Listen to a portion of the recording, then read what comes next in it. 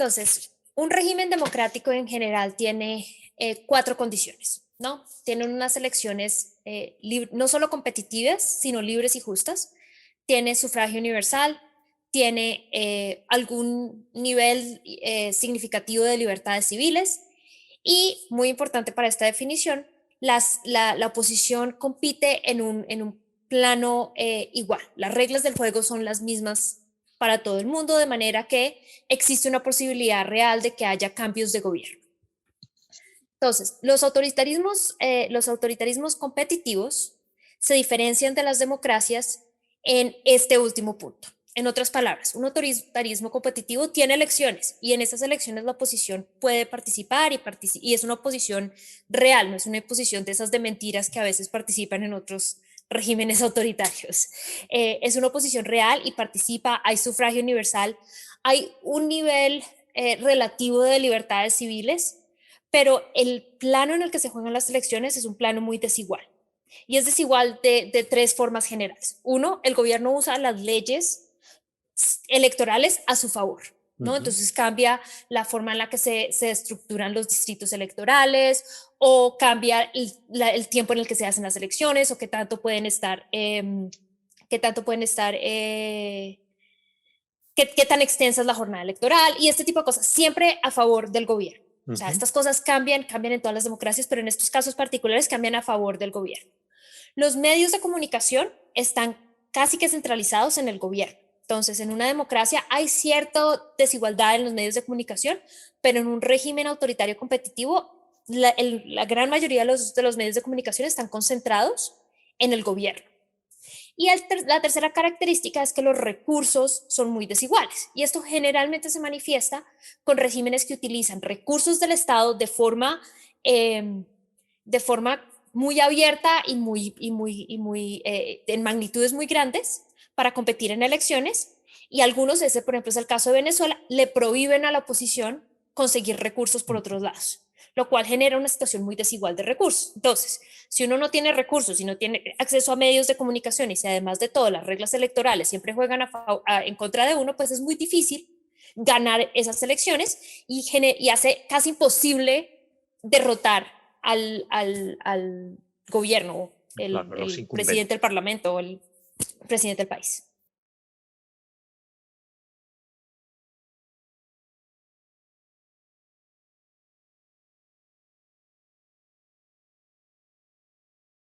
Entonces, los académicos tenemos diferentes opiniones al respecto. Entonces, yo normalmente los distribuyo en 2 grupos. Entonces, hay académicos que creen que la longevidad y la consolidación de regímenes autoritarios competitivos tiene que ver con temas estructurales, con la economía, con las instituciones, con cosas en las que normalmente los actores no tienen mucho campo de maniobra. Entonces, por ejemplo, dicen que los regímenes autoritarios competitivos sobreviven más en países que tienen mucho dinero, que tienen acceso a petróleo, como es el caso de Venezuela. O cuando tienen estados fuertes, cuando el estado es un estado que tiene capacidad de coerción efectiva a lo largo y ancho del territorio nacional y esa capacidad es muy fuerte.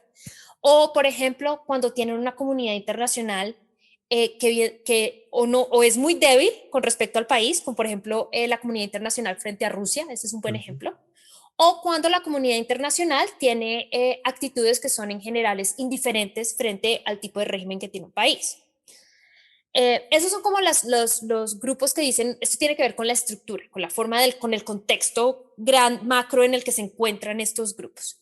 Hay otros académicos que dicen que hay otros factores que que son importantes también, como por ejemplo las estrategias que utiliza la oposición o la unidad de la oposición, ¿no? Entonces, inclusive si uno se está enfrentando a un ejecutivo muy fuerte, con un Estado con poderes de coerción grandes y con dinero, oposiciones que se organizan, que se unen y que utilizan una serie de estrategias particulares, se llaman el modelo electoral, son capaces de derrotar a estos ejecutivos. Un ejemplo excelente de esto es el caso de Serbia, en donde la oposición, en donde Serbia estaba controlada por Milosevic. Milosevic llevaba en el poder años y años y años, heredero del pasado comunista de Yugoslavia. Y la oposición logra organizarse, unificar a sus candidatos presidenciales lanzarse para elecciones y luego movilizarse en las calles para asegurarse que el resultado de esas elecciones se respetara. Entonces, cuando uno piensa un poquito en cuáles son los factores que permiten que un régimen competitivo se mantenga o se consolide, yo creo que uno tiene que mirar ambas perspectivas. Claro, es mucho más fácil quedarse en el poder si uno tiene plata, si uno tiene una comunidad internacional que es débil o que, no, o que está de acuerdo con uno, o cuando uno tiene un Estado fuerte. Pero eso no es, lo hace uno invencible. Entonces creo que las otras variables entran a jugar es en ese espacio.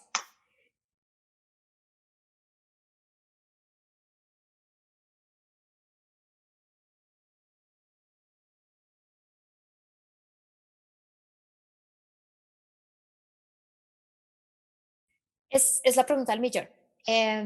Y distintos académicos tenemos distintas opiniones al respecto. Pero si yo tuviera que ponerle si tuviera que poner una línea, yo pondría esa línea en algún momento entre el 2007 y el 2009, por las siguientes razones. Antes del 2007, el gobierno hace movimientos para cooptar instituciones, para apoderarse de las cortes, del Congreso, pero no hace ningún movimiento abierto para cambiar el balance de forma significativa en temas como recursos o en temas como sobre todo en temas de medios de comunicación.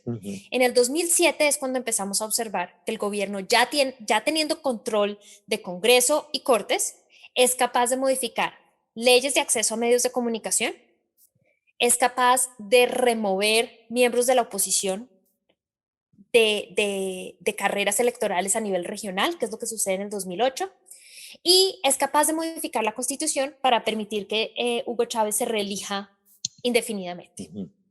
Y yo creo que esas son como los tres cambios que marcan este punto de quiebre. Por supuesto, es un quiebre que se viene formando desde muchos años atrás. Pero si yo tuviera que poner un punto de corte, lo pondría en algún momento entre el 2007 y el 2009.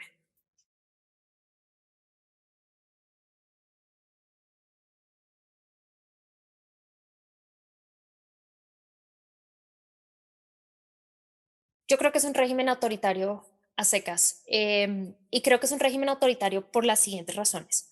Como lo expliqué en la primera pregunta que contesté, los regímenes competitivos autoritarios tienen elecciones y esas elecciones son competitivas. Eso quiere decir que miembros de la oposición de verdad, miembros que efectivamente y de hecho se oponen al gobierno, pueden participar en esas elecciones. Yo no creo que eso exista en Venezuela hoy. A partir entre el 2017 y el 2018, lo que ha hecho el gobierno es cooptar los partidos políticos de la oposición. De manera que cuando hoy vemos que hay partidos de oposición que se presentan, estos son partidos de oposición que realmente son como títeres del gobierno. Están totalmente infiltrados por el gobierno y no están compitiendo en las elecciones. En otras palabras, las elecciones no son competitivas. Es el gobierno y sus aliados.